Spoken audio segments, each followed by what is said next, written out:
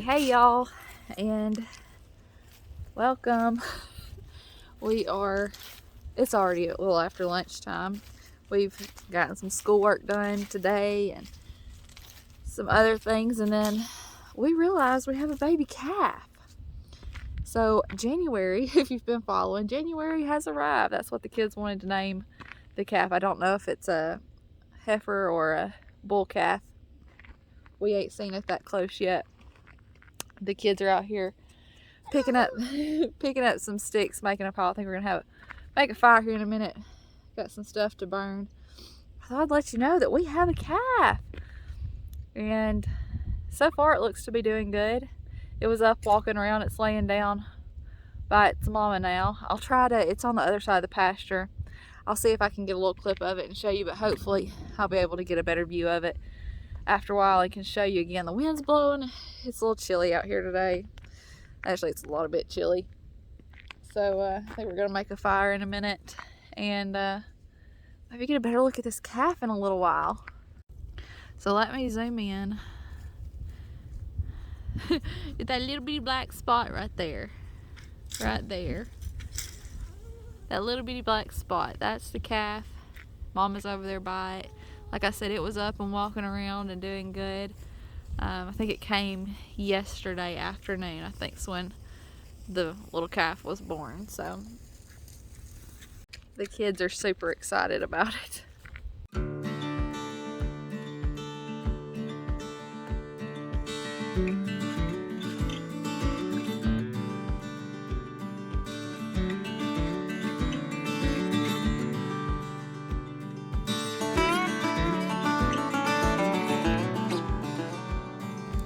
You look all cozy. You look all cozy. Fire feels good. Nice and warm right here. I think you have carrots on your mouth. I don't think we cleaned your face very good. Find some ice. No, I broke it. Let me just clarify too. I know that a lot of people, my mom just brought one of Audrey's Christmas gifts that was late coming in. But I know a lot of people would say, don't name an animal that could be food, could be meat for the freezer. And I get that, I do, because we were just talking about the kids naming the calf, being excited about it, not knowing if it was a bull or a heifer. And Easton even said, if it's a bull, does that mean it's food?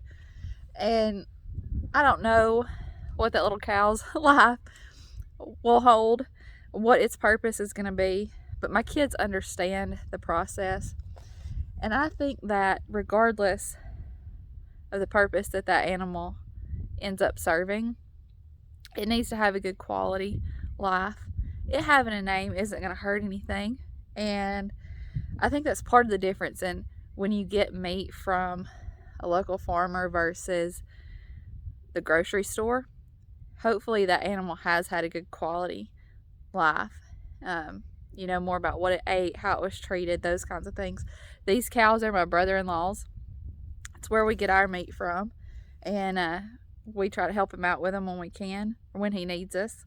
So the kids understand that whole process, and whether it's a girl or a boy, as Easton wants to know,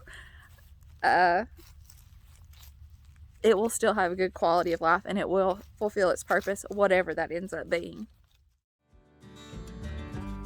We are having leftover venison chili from yesterday.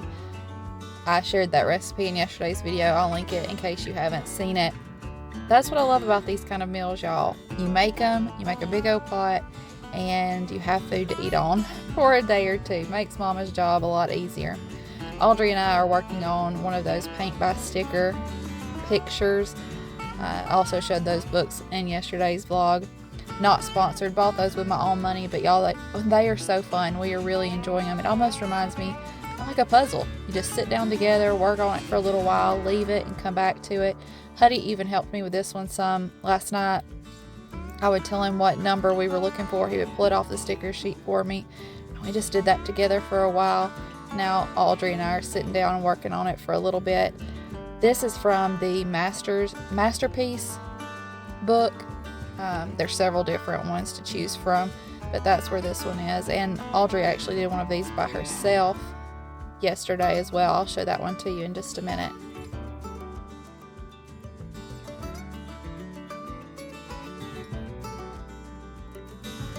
Here's the one that Audrey did and finished up.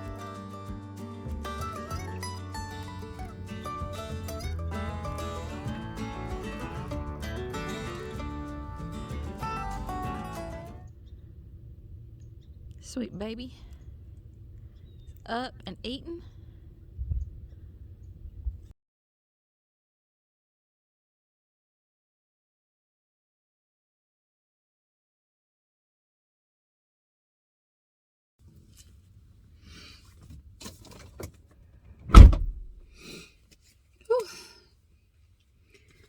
Starting to get a little bit dark. Hopefully you can see me.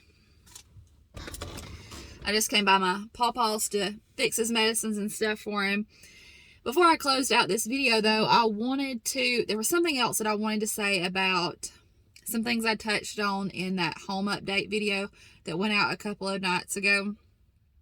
I meant to say this then, and I touched on the subject and kind of explained my feelings, but I wanted to elaborate on it a little bit more. And I was talking about just feeling a little bit like the walls were closing in on me, feeling a little bit out of place, out of sorts. And a lot of you who have been in similar situations where you've lived with family members or had family members live with you, you were telling me, there were so many of you that said, I understand how you're feeling, been there, done that. And that was an encouragement to me, because sometimes when you're in the midst of these things, you feel a little bit like, oh me, oh my, I'm the only one who's ever had to go through this before. And I know that that's not the case. I know that we're all human, and a lot of the experiences that we have, while we're all individuals, we all kind of have our own thoughts and feelings on things, and our own way of going about things, our own life, and things that happen to us and within our life. We are all so similar yet so different, right? So I understand that there are people who have felt the way I feel, but in the midst of it, sometimes you feel like you're the only one who's ever had those feelings. And so to hear so many of you say, I've been there, I know how you feel, and I'm thinking about you, I'm praying for you, it's going to get better, things are going to change. I needed that. So thank you for that. But what I wanted to say that I touched on, but I didn't say this. And that is that I think where a lot of it's coming from is right now I feel like a homemaker without a home. I feel like I know that God has called me to be a homemaker, to take care of a home, to take care of my family. And I just feel out of place right now not having that home to take care of.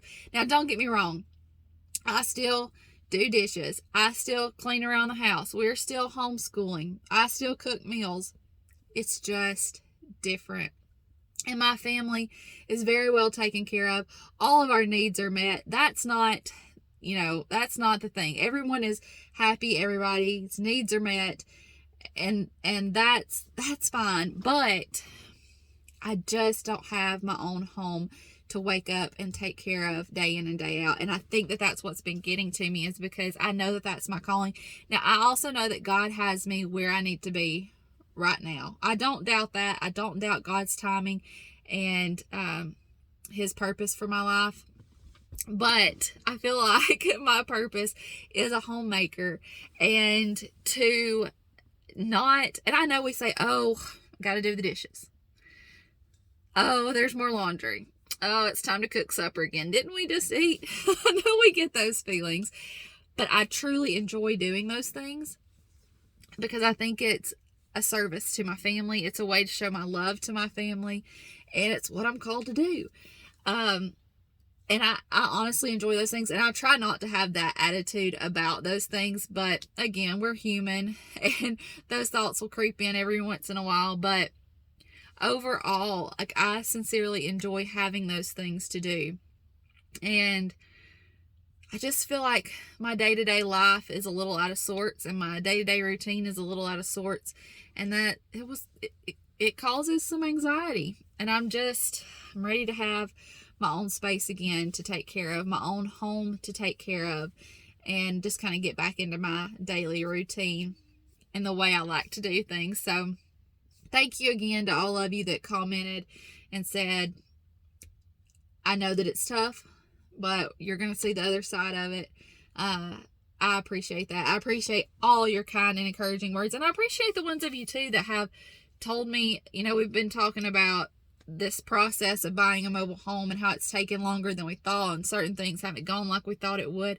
And a lot of you have told me there as well, this is how it was for us. This is how long it took for us. And it wasn't timelines that I like to hear, but it's reality. So thank you for sharing that with me as well. Okay, I'm going to head back towards the house. I'm going to go ahead and close out this vlog and get it ready for you.